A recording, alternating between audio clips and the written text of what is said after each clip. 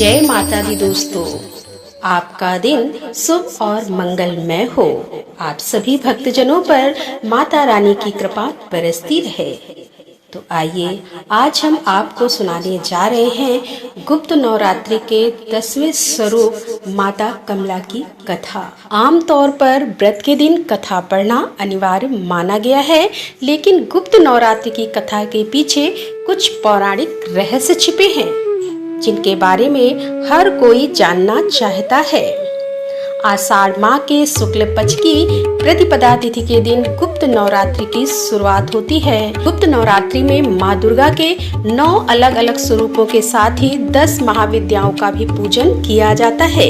खास तौर पर गुप्त नवरात्रि की पूजा तांत्रिक करते हैं ताकि माँ दुर्गा उन्हें तंत्र मंत्र की विद्या प्रदान करे। गुप्त नवरात्रि से जुड़ी एक महत्वपूर्ण पौराणिक कथा काफी प्रचलित। तो आइए सुनते हैं गुप्त नवरात्रि की कथा। पौराणिक कथा के अनुसार एक बार ऋषि श्रृंगी भक्त जनों को दर्शन दे रहे थे और तभी अचानक भीड़ से एक स्त्री निकल कर आई। वह स्त्री ने करबद्ध होकर ऋषि श्रृंगी से बोली कि मेरे पति दुर्व्यसनों से सदा घिरे रहते हैं, जिस कारण मैं कोई पूजा पाठ नहीं कर पाती, ना ही धर्म और भक्ति से जुड़ा कोई कार्य कर पाती। उस स्त्री ने बताया कि मेरा पति मांसाहारी है, जुआरी है, लेकिन मैं माँ दुर्गा की सेवा करना चाहती हूँ। उनकी भक्ति साधना से अपने और परिवार के जीवन को सफल बनाना चाहती हूँ। ऋषि श्रृंगी महिला के भक्ति भाव से बहुत प्रभावित हुए और उन्होंने उस स्त्री को आदर पूर्वक उपाय बताते हुए कहा कि वास्तविक और शारदीय नवरात्रों से तो आम जनमानस परिचित है, लेकिन इसके अतिरिक्त 2 नवरात्रि और भी होते हैं जिन्हें गुप्त नवरात्रि कहा जाता है। उन्होंने कहा कि प्रकट नवरात्रों में 9 देवियों की उपासना होती है और गुप्त नवरात्रों में 10 महाविद्याओं की साधना की जाती है। इन नवरात्रों के प्रमुख देवी स्वरूप का नाम सर्वश्रेयकारिणी देवी है।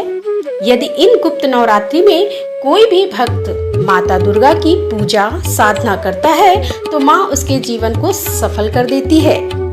तब ऋषि श्रृंगी ने आगे कहा कि लोभी, कामी, वैष्णी, मांसाहारी अथवा पूजा पाठ न कर सकने वाला भी यदि गुप्त नवरात्रों में माता की पूजा करता है तो उसे जीवन में कुछ और करने की आवश्यकता ही नहीं रहती। उस स्त्री ने ऋषि श्रृंगी के वचनों पर पूर्ण श्रद्धा करते हुए गुप्त नवरात्रि की पूजा की।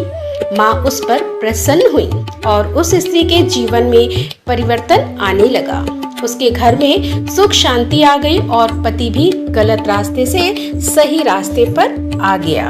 तो दोस्तों, ये थी आज की कथा। यदि कथा आपको पसंद आई हो तो वीडियो को लाइक करें, दोस्तों के साथ शेयर कर दें और हमारे चैनल पर यदि आप पहली बार आ रहे हैं तो कृपया हमारे चैनल को सब्सक्राइब कर लें। तो दोस्तों, मिलते हैं अगले वीडियो के साथ। तब तक के लिए राधे राधे, जय श्री कृष्ण, हर हर महादेव, जय भोलेनाथ की।